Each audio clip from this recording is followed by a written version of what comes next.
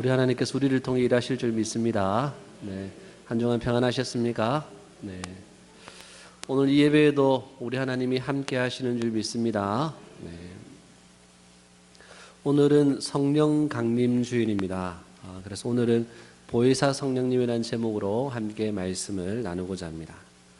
어떤 분이 이런 이야기를 합니다. 하나님도 알고 예수님도 알겠는데 이 성령님은 뭡니까? 이런 질문을 합니다. 여러분, 성령님은 어떤 분일까요? 교회를 다니다 보면 이 성령에 관한 이야기를 많이 하죠. 성령 충만하다, 성령으로 세례를 받는다, 성령의 열매, 성령의 은사, 성령으로 세례를 준다, 이런 각가지의 이야기를 하는데 과연 이 성령님은 어떤 분일까요? 성령님은요, 아버지께서, 우리 하나님 아버지께서 보내신 보혜사입니다. 오늘 본문의 말씀 16절의 말씀을 같이 한번 읽어볼까요? 16절입니다. 시작.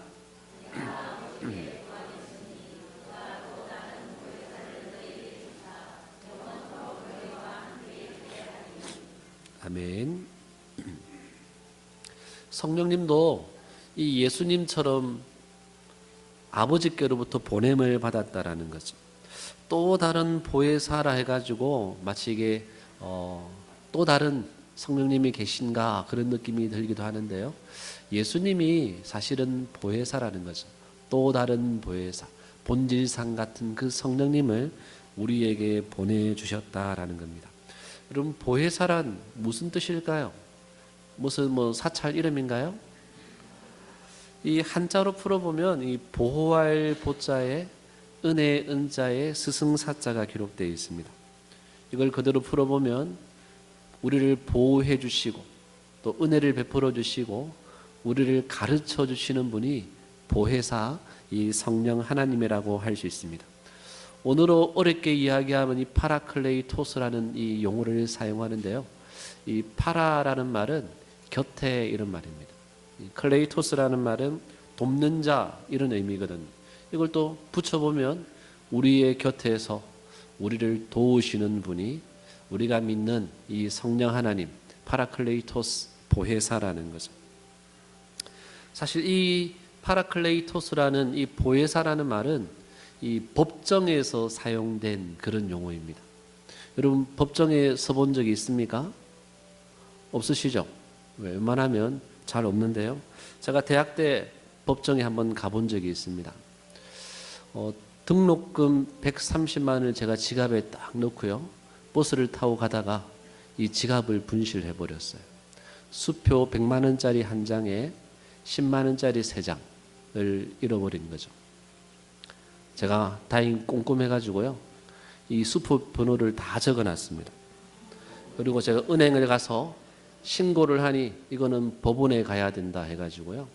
뭔가를 작성하고 법무사를 찾아가고 해서 6개월 이후에 이 수표를 아무도 쓰지 않고 이것을 주인이라고 주장하는 사람이 없으면 저에게 돌아온다라는 이야기를 해주더라고요. 그래서 제가 6개월 기다렸다가 법원을 갔습니다. 한참 일찍 가서 이 법원을 저의 재판이 열리기를 기다리는데요. 얼마나 떨리고 두렵던지, 제가 죄인도 아닌데 마치 죄인 된 양 그렇게 두렵고 떨리는 마음으로 장시간을 기다렸는데요. 이제 제 차례가 왔어요. 어떻게 되었을까요?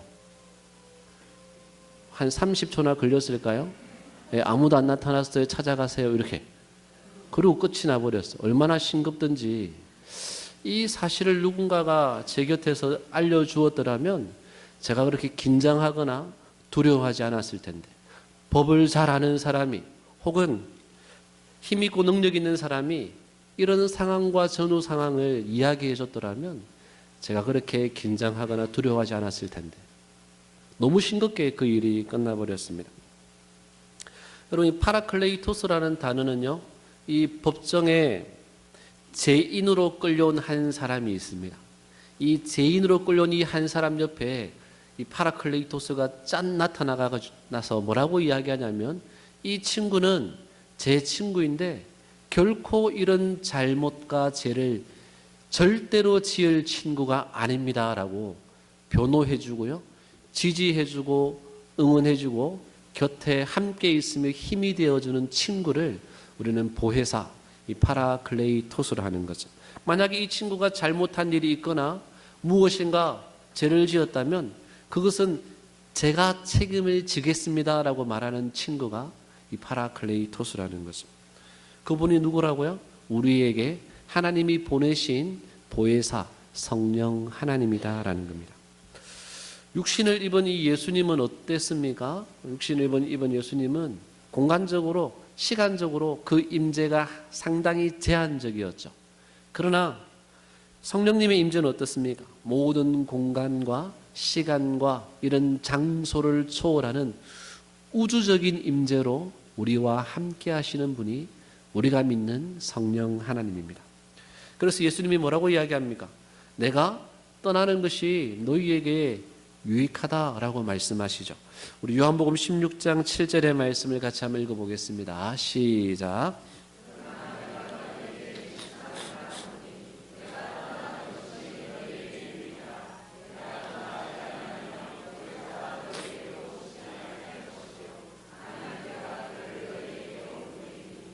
아멘. 즉 우주적인 임재로 모든 사람들과 모든 시간 속에 함께 이렇게 하시기 위해서 우리 주님이 떠나시면서 보혜사가 너희에게 함께 있는 것이 유익하다라고 말씀해 주셨습니다. 요한복음 14장 17절 같이 한번 읽어볼까요? 시작. 그는 진리의 영이라 세상은 능히 그를 받지 못하나니 이는 그를 보지도 못하고 알지도 못함이라. 그러나 너희는 그를 아나니 그는 너희와 함께 거하시며 또 너희 속에 계시겠습니다. 아멘. 여러분은 그를 압니까? 우리와 함께하고 우리 속에 계신 그 성령 하나님의 임재를 누리고 있습니까? 그럴 수 있기를 축복합니다. 우리 주님이 십자가의 죽음과 부활과 이 승천으로 제자들을 떠나버리죠. 그것이 유익인 이유가 무엇일까요? 예수님은 떠나버렸지만 성령께서 제자들 곁에서 제자들 마음 안에서 함께 하기 때문에, 즉 더 탁월한 임마누엘의 그 은혜로 우리 속에 함께 거하기 위해서 이 땅에 오신 분이 성령 하나님이다라는 거죠. 우리는 그 임재를 누릴 수 있어야 합니다. 사랑하는 성도 여러분, 우리가 힘들고 어려울 때에 우리와 함께 하시는 분이 계십니다. 우리를 버려두지 않는 거죠. 우리가 무섭고 두려운 이 법정이라는 이 상황, 심판대 앞에 섰던 그 상황 속에 우리와 함께 하시는 분이 계십니다. 바로 보혜사 성령 하나님이라는 거죠. 우리 곁에서, 우리 안에서 우리를 보호하시고 우리와 동행하시며 우리를 응원하시고 우리를 지지하는 그 한 분, 그 성령 하나님이 계시다라는 사실을 여러분 신뢰할 수 있기를 주님의 이름으로 축복합니다. 이 보혜사, 이 성령 하나님의 은혜가 오늘 이 예배 가운데에 넘치기를 주님의 이름으로 축복합니다. 우리가 믿는 성령 하나님은 어떤 분일까요? 그분은 두 번째로 그리스도를 증언하는 분입니다. 우리 요한복음 15장 26절의 말씀을 같이 한번 읽어보겠습니다. 시작. 내가 아버지께로부터 너희에게 보낼 보혜사 곧 아버지께로부터 나오시는 진리의 성령이 오실 때에 그가 나를 증언하실 것이요. 아멘. 그는 성령님이요 나는 예수님이에요. 성령님이 예수님을 증언한다라는 거죠. 즉 성령님은 예수님을 증거하는 영입니다. 성령님 이 땅에 오신 가장 큰 이유가 있다면 그것은 예수님을 증언하기 위해 이 땅에 오셨습니다. 성령 충만했던 이 베드로가요, 설교할 때에 성령님을 선포하지 않고 예수님을 선포하죠. 다른 이름으로는 구원을 얻을 수 없다라고, 천하 인간에게 구원을 얻을 이름, 그 예수의 이름만 주셨다라고 선포하는 거죠. 우리가 이 모든 것을 보면 성령 충만했던 이 베드로, 그가 예수의 이름을 증언했다라는 사실을 우리는 주목하여 볼 수가 있습니다. 여러분, 어떤 사람이 성령 충만한 사람일까요? 즉 그리스도를 증언하는 사람, 예수님을 증거하는 사람이 곧 성령 충만한 사람이라고 할 수 있습니다. 가끔씩 가족들과 함께 식당을 가면요, 그 주인이 저를 보고 혹시 목사님이세요라고 저의 직업을 맞추어 버립니다. 그러면 저는 속으로 얼마나 기분이 좋은지, 내가 목사 티가 조금 나는구나, 이런 생각이 들 때가 있습니다. 또 가끔은 한편으로는 두렵기도 합니다. 혹 이 땅의 목사들이 워낙 잘못을 많이 해가지고 내가 뭔가 잘못을 한 것이 있는 것은 아닌가, 저희 행동이 굉장히 조심스럽게 몸가짐을 바로 하게 되기도 합니다. 제가 대학 때 만나서 아는 이 여자 사람 친구가 한 명 있습니다. 한 20년 만에 새롭게 만났는데요, 성격도 좋고 아주 성품도 좋고 사람들도 잘 섬기고 아이들도 참 잘 키우고 리더십도 있고 매우 솔선수범하는 아주 괜찮은 여자 사람 친구입니다. 주변에 이 친구가 이런 이야기를 하는데요, 주변에 이 아줌마들을 만나서 이야기를 하다가 이 종교 이야기가 나와서 자신의 종교를 이야기하면 깜짝 놀란다라는 거죠.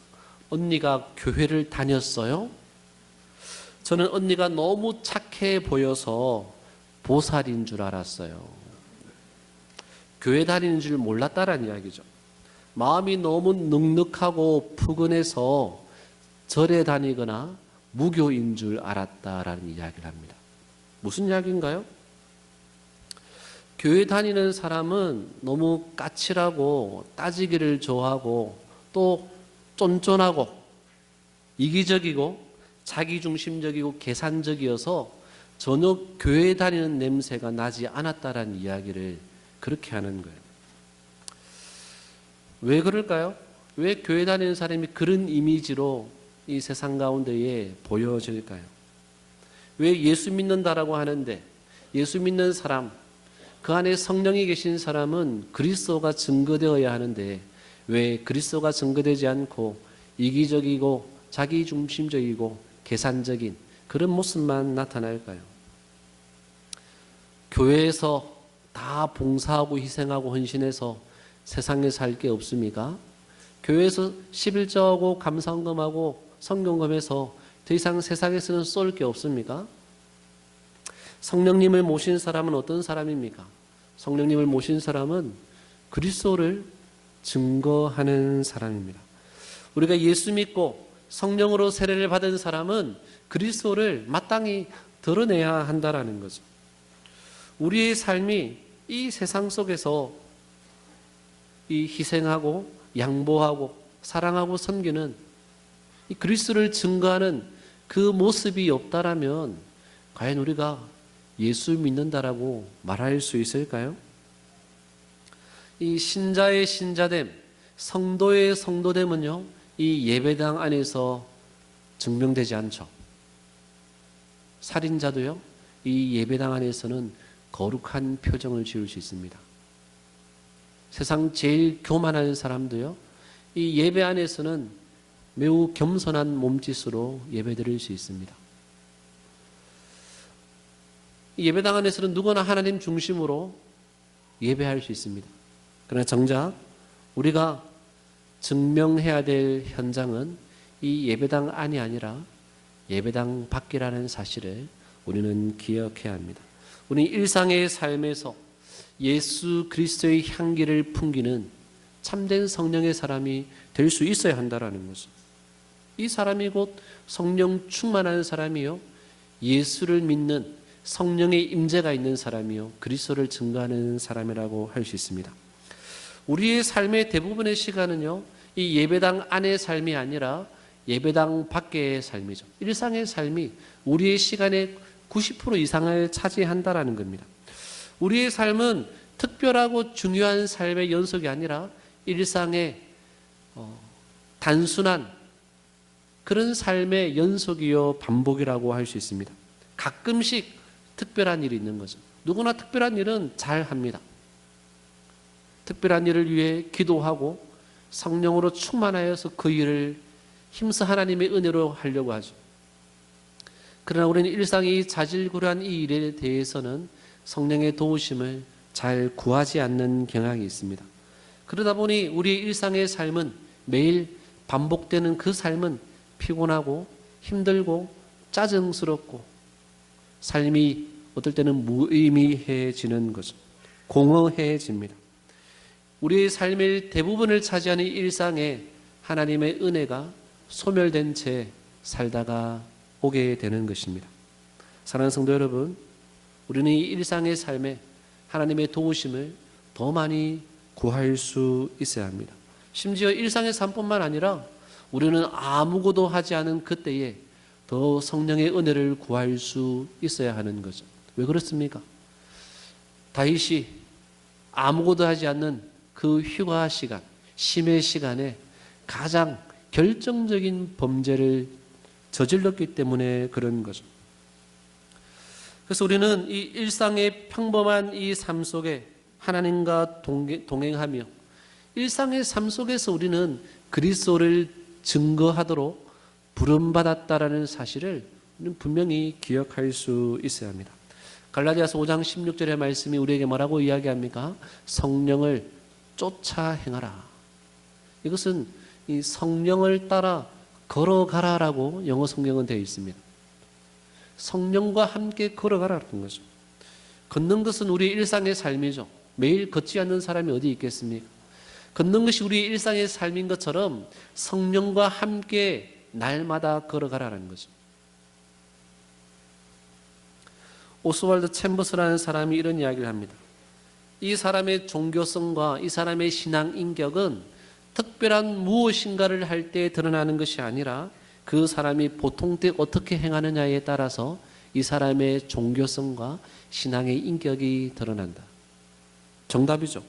우리의 영성은요, 일상의 평범한 그 일을 어떻게 하느냐에 따라 우리의 영성이 드러난다라는 거죠.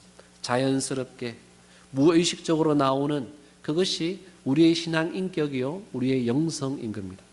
우리 일상의 삶 속에서 늘 온유하고 섬기고 사랑하고 부드럽고 희생하고 양보하고 그런 이 성령의 열매가 드러나는 사람, 그 사람은 일상의 삶이 성령의 통치 가운데 있어 그리스도를 증거하는 사람이라고 할 수 있을 것입니다. 근데 반대로 일상의 삶이 교회 이 예배당 밖을 나가기만 하면 거칠고 무례하고 무질서하고 온갖 욕설을 입에 담고 있다라면 그 사람은 결코 성령의 사람, 그리스도를 증거하는 사람이라고 할 수 없을 것입니다. 사랑하는 성도 여러분, 저와 여러분의 삶이 이 일상의 삶이 성령의 통치가 있는, 다스림이 있는, 그래서 그리스도를 증거할 수 있는 그런 사람 될 수 있기를 주님의 이름으로 축복합니다.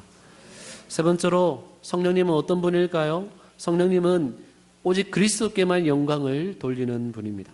우리 요한복음 16장 14절의 말씀을 같이 한번 읽어보겠습니다. 시작. 그가 내 영광을 나타내리니 내 것을 가지고 너희에게 알리시겠습니다. 아멘. 성령님은 내 영광, 예수님의 영광을 나타내는 분입니다. 새 번역은 이렇게 번역해놨는데요. 또 그는 나를 영광되게 하실 것이다. 예수 그리스도를 영광되게 하는 분이 성령님이라는 거죠. 즉 성령의 임재가 있는 사람은요, 그리스도를 영광되게 하는 사람입니다. 여러분은 주님을 영광되게 합니까? 아니면 여러분이 영광을 받으려고 합니까? 우리 대학교는요, 주님을 영광되게 하는 교회인 줄 믿습니다. 우리 교회가 매우 오래된 교회이지 않습니까? 그러다 보니 시설이 많이 낡았습니다. 여기저기 고장이 많이 나고요, 깨지고 망가지는 것들이 참 많이 있습니다. 이 식당의 문도 닫히지 않아 삐걱거렸고요, 프로젝터도 고장나고 사무실과 이 교회 컴퓨터도 고장나고 이 모니터도 새롭게 설치가 되고 여러 가지 필요한 비폰들이 참 많이 있었는데요, 위에 형광등도 이 LED 전동으로 바뀌었는데 눈치챘습니까? 그런데 우리 교회 재정으로 이런 것을 참 감당할 수 없는데 장로님이, 권사님이 이름도 없이 빚도 없이 이렇게 헌물해 주셔서 얼마나 은혜가 되고 감사가 넘치는지 모르겠습니다. 저마다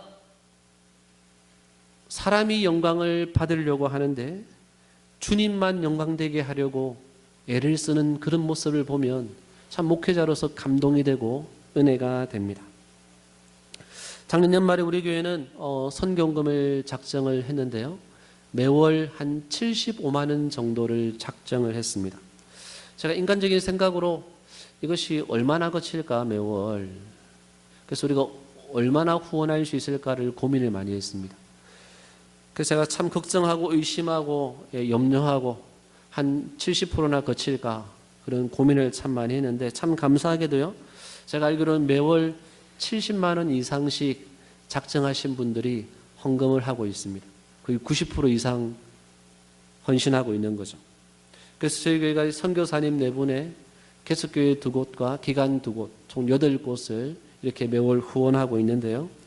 헌금을 내라고 강요하지 않아도 대부분의 성도님들이 이름도 없이 빚도 없이 동참해 주셔서 이 선교사역과 이 교회의 개척사역과 이 기독교 기관을 돕는 일에 우리가 이렇게 동력하고 있는 것입니다.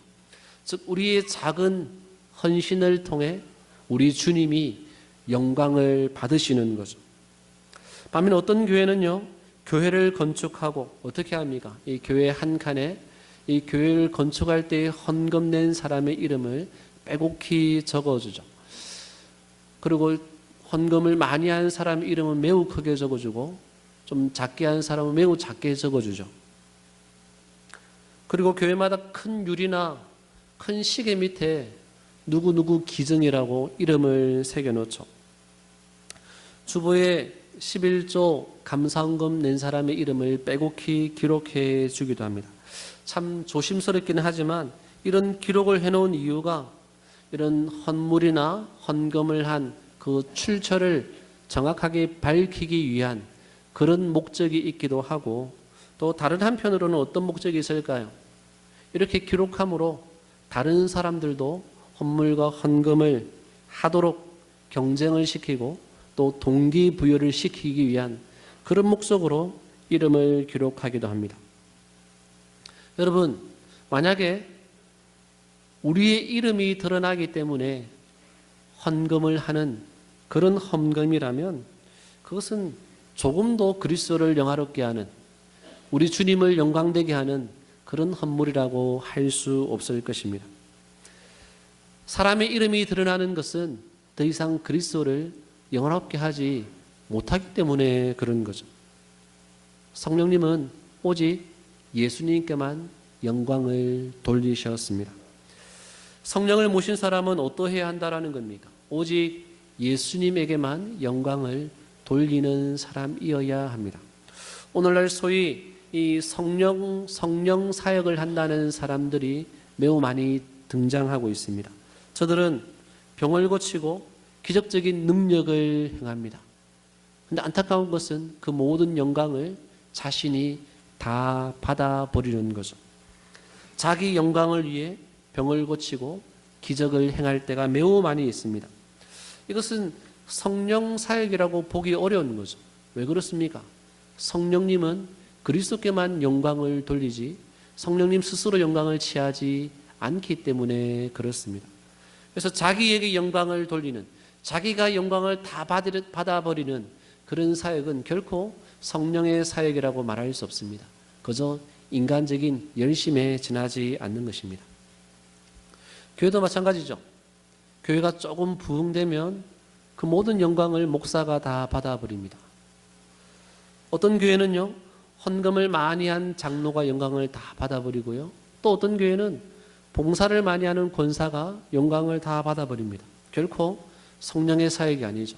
성령의 임재가 있는 교회라고 말할 수 없습니다. 인간적인 열심에 지나지 않는 거죠.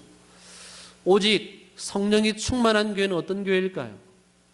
오직 주님께만 영광을 돌려드리는 교회.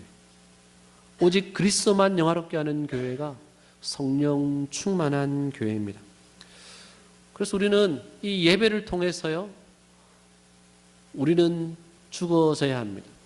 십자가 아래 우리는 감추어지고 우리는 십자가 아래 우리의 자아가 완전히 죽어야 합니다. 우리는 감추어지고 우리가 죽을 때에 우리 안에 그리스도가 드러나기 때문입니다. 우리가 사라져야 그분이 살게 됩니다. 이게 예배요. 이게 성령의 사역인 거죠. 성령님은 끊임없이 우리 안에서 우리의 옛자와 본성이 죽기를 간절히 기도하시는 분입니다. 그래서 우리의 삶을 통해 오직 그리스도만 드러나기를 간절히 간구하시는 분이 성령 하나님이시라는 거죠. 사랑하는 성도 여러분, 오늘은 성령 강림 주일입니다. 예수님은 이 땅에 고난받고 죽으러 오셨지만 성령님은요, 그 고난과 죽음의 열매, 그 은혜와 은총을 우리에게 주시기 위해 이 땅에 오셨습니다. 예수님은 고난과 이 슬픔의 종이었던 반면에 예수님은 기쁨과 은혜와 이 충만한 은총의 영으로 우리 가운데에 오셨습니다. 한마디로 말하면 성령님은 선물의 영입니다. 각양 좋은 은사와 선물을 가득 안고 우리 가운데 내주하시며 통치하는 영이 성령의 은혜인 거죠. 그 성령 하나님이 이 선물 보따리를 가득 안고 우리의 곁에서, 우리 안에서 우리와 함께 하시는 분인 줄 믿습니다. 사랑하는 성도 여러분, 우리 안에 우리 곁에 함께 하시는 이 보혜사 성령 하나님의 그 충만한 은혜와 은총을 누릴 수 있기를 축복합니다. 이 예배를 통해 나는 죽고 나는 없고 이 성령의 통치와 다스림에 순종함으로 성령의 충만한 은혜를 누려 이 성령의 사역이었던 그리스도를 드러내고 그리스도를 증거하며 그리스도께만 영광 돌렸던 그 성령님처럼 우리의 삶도 이 일상의 삶에서 그리스도를 드러내고 그리스도의 향기를 풍기며 그리스도께만 영광 돌리는 저와 여러분 될 수 있기를 주님의 이름으로 축복합니다. 우리 함께 찬송 227장으로 우리 성찬의